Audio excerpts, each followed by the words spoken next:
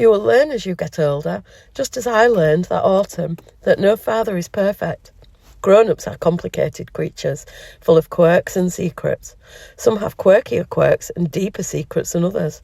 But all of them, including one's own parents, have 2 or 3 private habits hidden up their sleeves that would probably make you gasp if you knew about them. The rest of this book is about a most private and secret habit my father had, and about the strange adventures it led to us both into. It all started on a Saturday evening. It was the first Saturday of September. Around 6 o'clock, my father and I had supper together in the caravan as usual. Then I went to bed. My father told me a fine story and kissed me good night. I fell asleep. For some reason, I woke up again during the night.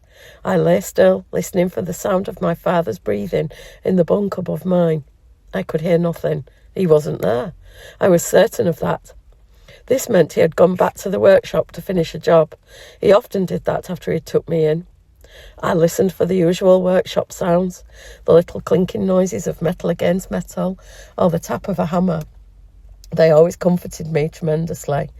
Those noises in the night, because they told me my father was close at hand. But on this night, no sound came from the workshop. The filling station was silent. I got out of my bunk and found a box of matches by the sink. I struck one and held it up to the funny old clock that hung on the wall above the kettle. It said 11:10. I went to the door of the caravan. "Dad," I said softly.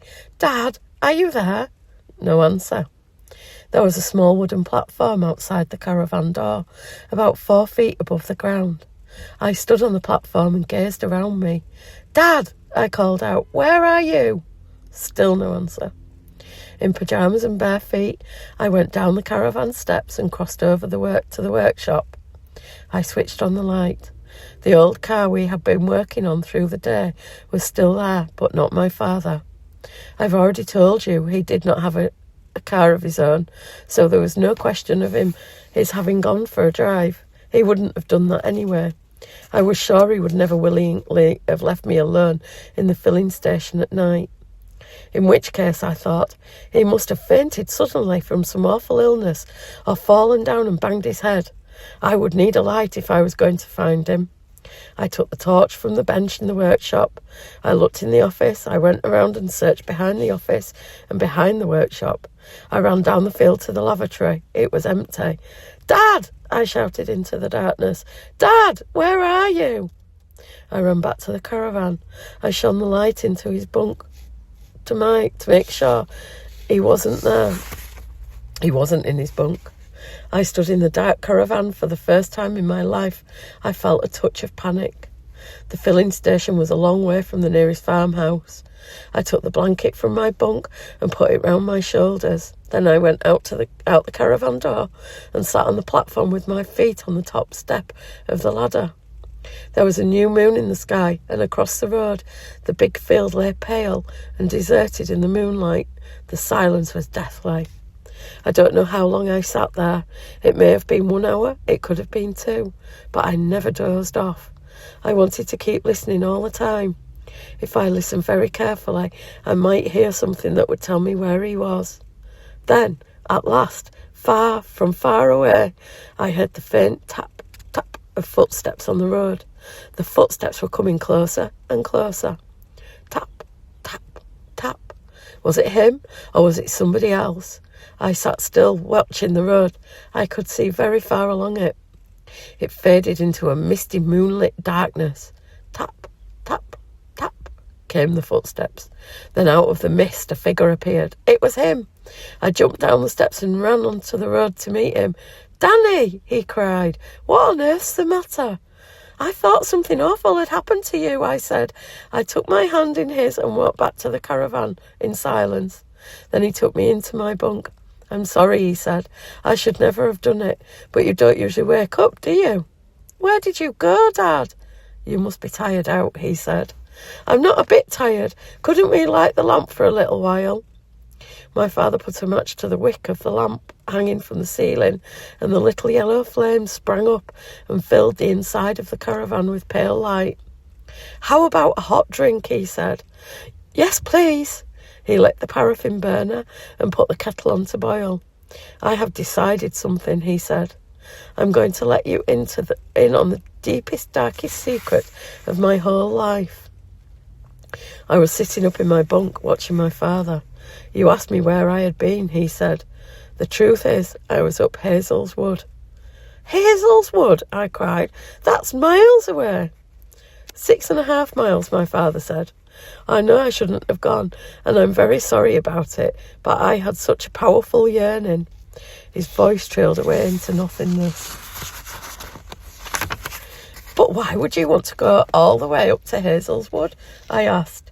He spooned cocoa powder and sugar into 2 mugs, doing it very slowly and levelling each spoonful as though he were measuring medicine.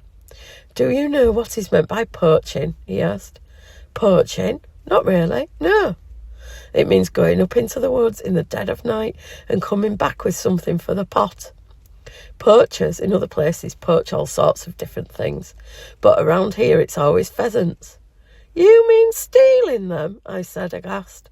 "We don't look at it that way," my father said. "Poaching is an art. A great poacher is a great artist." "Is that actually what you were doing in Hazel's Wood, Dad? Poaching pheasants?" "I was practising the art," he said. "The art of poaching." I was shocked. My father, a thief. This gentle, loving man. I couldn't believe he would go creeping into the woods at night to pinch valuable birds belonging to somebody else. "Their kettle's boiling," I said. "Ah, so it is." He poured the water into the mugs and brought mine over to me. He then fetched his own and sat with it at the end of my bed. "Your granddad," he said, "my own dad, was a magnificent and splendiferous poacher. It was he who taught me all about it. I caught the poaching fever from him when I was 10 years old, and I've never lost it since." Mind you, in those days just about every man in our village was out in the woods at night poaching pheasants. And they did it not only because they loved the sport, but because they needed food for their families. When I was a boy, times were bad for a lot of people in England. There was very little work to be had anywhere, and some families were literally starving. Yet a few miles away, in the rich man's wood, thousands of pheasants were being fed like kings twice a day. So can you blame my dad for going out occasionally and coming home with a bird or two for the family to eat? "No," I said, "of course not. But we're not starving here, Dad." "You've missed the point, Danny boy. You've missed the whole point. Poaching is such a fabulous and exciting sport that once you start doing it, it gets into your blood and you can't give it up. Just imagine," he said, leaping off the bunk and waving his mug in the air. "Just imagine for a minute that you are all alone up there in the dark wood, and the wood is full of keepers hiding behind the trees, and that keepers have guns." "Guns!" I gasped. "They don't have guns." "All keepers have guns, Danny. It's for the vermin mostly, the foxes and stoats and weasels who go after the pheasants. But they'll always take Potter to poacher too if they spot him." "Dad, you're joking." "Not at all, but they only do it from behind, only when you're trying to escape. They like to pepper you in the legs at about 50 yards. "They can't do that," I cried. "They could go to prison for shooting someone." "You could go to prison for poaching," my father said. There was a glint and a sparkle in his eyes, now that I had never seen before. "Many that night when I was a boy, Danny, I've gone into the kitchen and seen my old dad lying face down on the table and my mum standing over him digging the gunshot pellets out of his backside with a potato knife." "It's not true," I said, starting to laugh. "You don't believe me?" "Yes, I believe you." Towards the end, he was so covered in tiny little white scars, he looked exactly like it was snowing. "I don't know why I'm laughing," I said. "It's not funny, it's horrible. Poacher's bottom, they used to call it," my father said. "And there wasn't a man in the whole village who didn't have a bit of it, one way or another. But my dad was the champion. How's the cocoa?" "Fine, thank you. If you're hungry, we could have a midnight feast," he said. "Could we, Dad?" "Of course." My father got out of the bread tin and the butter and cheese and started making sandwiches. "Let me tell you about this phony pheasant shooting business," he said. First of all, it is practised only by the rich. Only the very rich can afford to rear pheasants just for the fun of shooting them down when they grow up. These wealthy idiots spend huge sums of money every year buying baby pheasants from pheasant farms and rearing them in pens until they are big enough to be put out in the woods. In the woods, the young birds hang around like flocks of chickens. They are guarded by keepers and fed twice a day on the best corn until they're fat, so fat they can hardly fly. Then beaters are hired who walk through the woods clapping their hands, making as much noise as they can to drive the half-tamed pheasants towards the half-baked men and their guns. After that, it's bang, bang, bang, and down they come. Would you like strawberry jam on one of these? Yes, please, I said. One jam, one cheese. But, Dad, what? How do you actually catch the pheasant when you're poaching? Do you have a gun hidden away up there? A gun, he cried, disgusted. Real poachers don't shoot pheasants, Danny. Didn't you know that? You've only got to fire a cat pistol up in those woods, and the keepers will be on you. Then how do you do it? Ah, my father said, and the eyelids drooped over the eyes.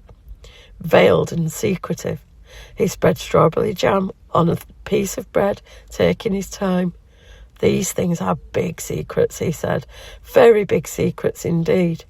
But I reckon if my father could tell them to me, then maybe I can tell them to you. Would you like me to do that? Yes, I said. Tell me now. You will learn as you get older, just as I learned that autumn, that no father is perfect. Grown-ups are complicated creatures, full of quirks and secrets. Some have quirkier quirks and deeper secrets than others.